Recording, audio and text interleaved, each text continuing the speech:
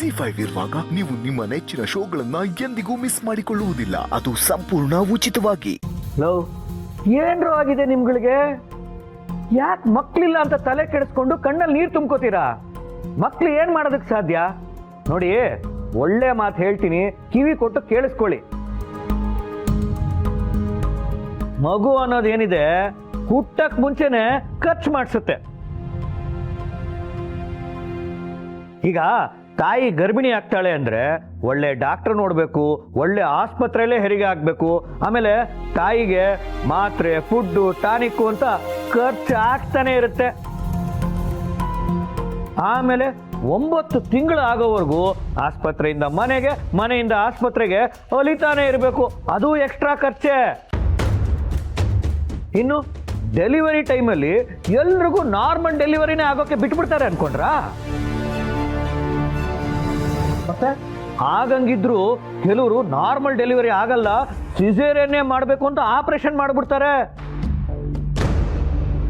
ತಾಯಿ ಮಗುನ ಆಚೆ ಕರ್ಕೊಂಬರೋಷ್ಟರಲ್ಲಿ ಆಸ್ಪತ್ರೆಗೆ ಮಿನಿಮಮ್ 1.5 ಲಕ್ಷ ಇಟ್ಬಿಟ್ಟೆ ಬರಬೇಕು. ಆಮೇಲೆ ಮಗುನ ಹಂಗೆ ಕೊಡ್ತಾರೆ ಅನ್ಕೊಂಡ್ರ? ಮೇಡಮ್, ಮಗು ವೀಕ್ ಇದೆ, ಪ್ರಾಣಕ್ಕೆ ಅಪಾಯ, 1 ವಾರ ಇನ್ಕ್ಯುಬೇಟರ್ ಅಲ್ಲಿ ಇಡಬೇಕು ಅಂತ ಹೇಳಿ ಇನ್ನೊಂದಿಷ್ಟು ದುಡ್ಡು ಕೇಳ್ತಾರೆ.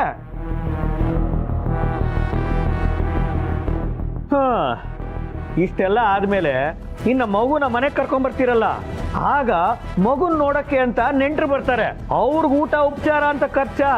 ಅದಾದ್ಮೇಲೆ ಮಗು ಬೆಳೆದು ದೊಡ್ಡದಾಗೋವರೆಗೂ ಊಟ, ತಿಂಡಿ, ಬಟ್ಟೆ, ಸ್ಕೂಲು, ಕಾಲೇಜು ಇವೆಲ್ಲ ಸಾಲದು ಅಂತ ಅವು ಕೇಳ್ದಂಗೆ ಮೊಬೈಲು, ಕಾರು, ಬೈಕು ಎಲ್ಲ ಕೊಡಿಸ್ಬೇಕಾ? ಇದಕ್ಕೆ ಪೆಟ್ರೋಲ್ಗೂ ದುಡ್ಡು ಕೊಡ್ಬೇಕು. ಇದೆಲ್ಲ ಉಳಿತು ಅಂತ ಆರಾಮಾಗಿ ಖುಷಿಯಾಗಿರಿ. ಮಾವ ಇಷ್ಟು ಕೇವಲವಾಗಿ ಮಾತಾಡ್ತಾರೆ ಅಂತ ಅನ್ಕೊಂಡಿರ್ಲಿಲ್ಲ. ಏನ್ ಹೇಳ್ತಿದ್ದೀರಾ ಮಾವ?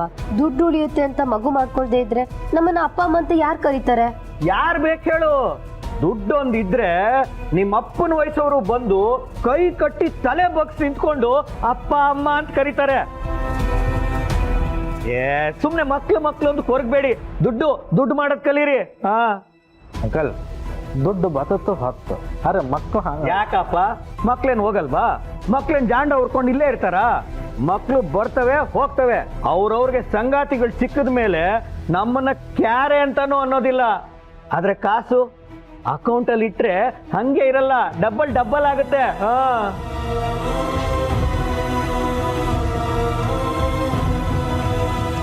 ಬರೀ ದುಡ್ಡಿಗೆ ಬೆಲೆ ಕೊಡ್ತಾ ಹೋದ್ರೆ ಮನುಷ್ಯತ್ವಕ್ಕೆ ಬೆಲೆ ಎಲ್ಲಿರುತ್ತೆ? ಏನ್ ಚಿಕ್ಕಪ್ಪ ನೀವು ಕಾಶಿ ಅವ್ರನ್ನು ಹಾಳು ಮಾಡ್ತಾ ಇದ್ದೀರಾ?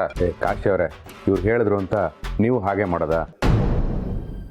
Z5 ಆಪ್ ಡೌನ್ಲೋಡ್ ಮಾಡಿ ಎಲ್ಲಾ ಸಂಚಿಕೆಗಳನ್ನು ಸಂಪೂರ್ಣ ಉಚಿತವಾಗಿ ನೋಡಿ.